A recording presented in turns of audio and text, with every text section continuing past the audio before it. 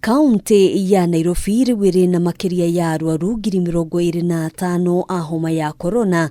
Riri kaunti ingi ta Nakuru, Mombasa na Uasin Gishu igwetetwo gukorwo ari ugwati munene hari gutherema kwa murimu uyu.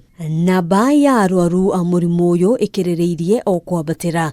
Umuthi andu angi 1,185 magikirwo mukonde gukorwo na murimu uyu.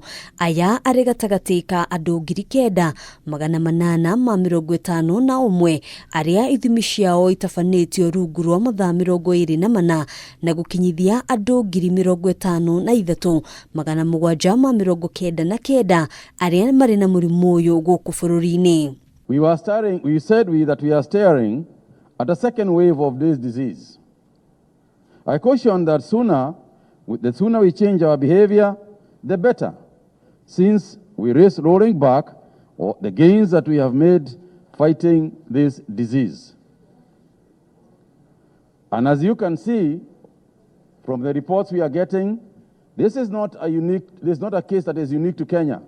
Globally, the disease is on an upward surge. Ihinda-ini riu andu 17 ni makuite ihinda-ini ria mathaa 24 mahituku na beno riu ikirugamira andu 981. Riri andu 272 mahonete ihinda-ini o ta riu. Thirikari ikihinyiriria ati ugwati munene uri ungigumira bururi ihinda-ini riri ni thibitari kuhoma kuumana na namba ya iguru ya arwaru. Overrun.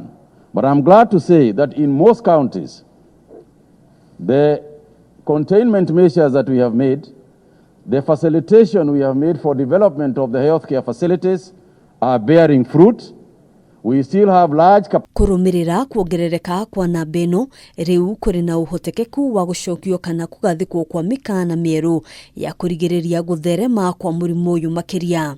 Guoya wa gutherema kwa murimu uyu riu ukihura hudi ona mathukuru-ini gukirikana arutwo 10 kuma thukuru wa Maranda mari na murimu uyu ona gutuika minista wa ugima wa mwiri augite matire marekera mukonde riboti ici iria igicungiriria kuhingwo gwa thukuru uyu kwa ihinda.